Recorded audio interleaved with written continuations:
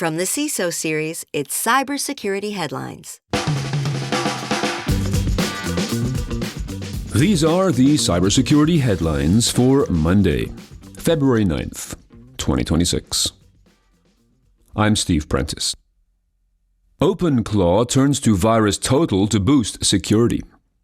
Following up on a story we have been covering this past week regarding OpenClaw, the self-hosted AI assistant formerly known as ClaudeBot and Moltbot, now being abused to distribute malware, its founders have now announced that they are partnering with Google-owned VirusTotal to, quote, scan skills that are being uploaded to ClawHub, its skill marketplace, end quote, by essentially creating a unique SHA-256 hash for every skill and cross-checking it against VirusTotal's database for a match.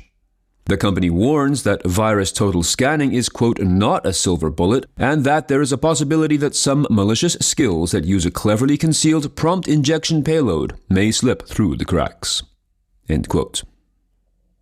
CISA gives federal agencies 1 year to rip out end-of-life devices. This operational directive, issued on Thursday, is in response to ongoing and widespread exploitation campaigns from sophisticated hackers. The devices, such as load balancers, firewalls, routers, IoT edge devices, and many more, remain vulnerable, especially to those with ties to nation-states, said CISA Executive Assistant Director for Cybersecurity, Nick Anderson. He clarified that this directive is not a response to any one incident or compromise. Microsoft Office exploit attacks European maritime and transport organizations. Following up on a story we covered midweek, Ukraine's Computer Emergency Response Team, CERT-UA, and cybersecurity firms Zscaler and Trellix have reported that the exploitation of a newly disclosed Microsoft Office vulnerability linked to Russia's APT-28 Fancy Bear group is additionally focusing on maritime, transportation, and diplomatic entities in Poland, Slovenia, Turkey, Greece, and the United Arab Emirates. The campaign consists of phishing emails with malicious Microsoft Office documents mentioning weapons smuggling alerts, diplomatic invitations, military training notices, and emergency weather bulletins that resemble legitimate government correspondence. Salt typhoon hacks Norwegian companies. The Norwegian Police Security Service on Friday accused the Chinese-backed hacking group of breaking into several organizations in the country to conduct espionage.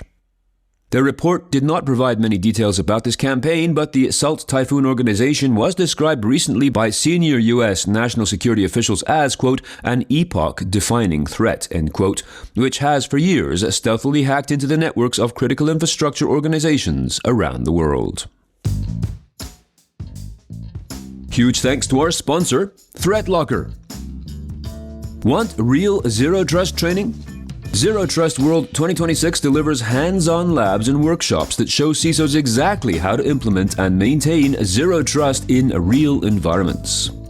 Join us March 4th through 6th in Orlando, plus a live CISO Series episode on March 6th. And you can get $200 off with the code ZTWCISO26 at ztw.com. Chinese malware targets Chinese-based routers and edge devices. Researchers at Cisco Talos made the discovery, which they describe as a fully featured gateway monitoring and adversary-in-the-middle framework, and published their report on Thursday.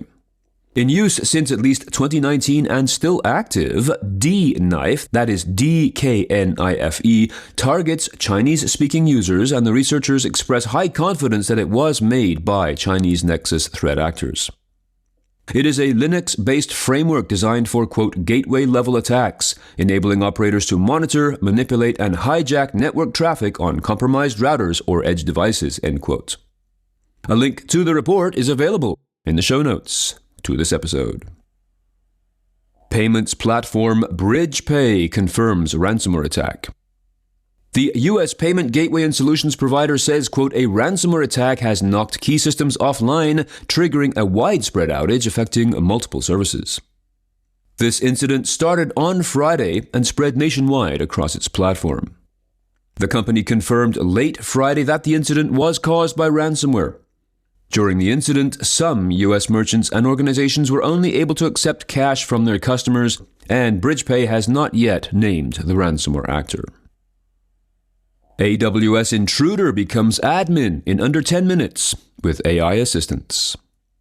A digital intruder, quote, broke into an AWS cloud environment and in just under 10 minutes went from initial access to administrative privileges thanks to an AI speed assist, end quote.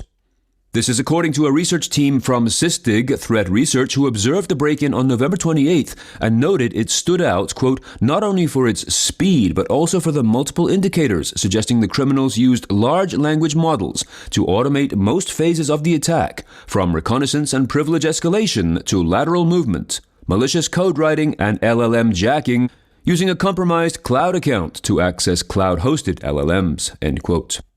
The attackers initially gained access by stealing valid test credentials from public Amazon S3 buckets. German agencies warn of unusual signal phishing campaign.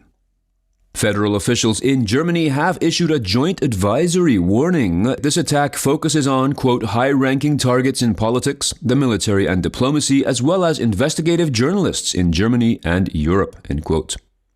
Interestingly, this campaign does not involve the distribution of malware or the exploitation of any security vulnerability within Signal, but the end goal is to, quote, weaponize its legitimate features to obtain covert access to a victim's chats along with their contact lists, end quote. And this is done largely by masquerading as Signal support or a Signal support chatbot. Do you want to know more about the most pressing stories of the last few days in time for your weekly stand-up? Well, join us today at 4 p.m. Eastern Time for the Department of No, where our guests will sort out the priority stories and do a deep dive on the ones that matter most. And of course, we will actively involve you in the conversation. Just go to YouTube, search for CISO Series, and look for the Department of No under Upcoming Live Streams. And if you have some thoughts on the news from today or about this show in general, please be sure to reach out to us at feedback@cisoseries.com. We would love to hear from you. I'm Steve Prentice, reporting for the CISO Series. Cybersecurity headlines are available every weekday. Head to CISOseries.com for the full stories behind the headlines.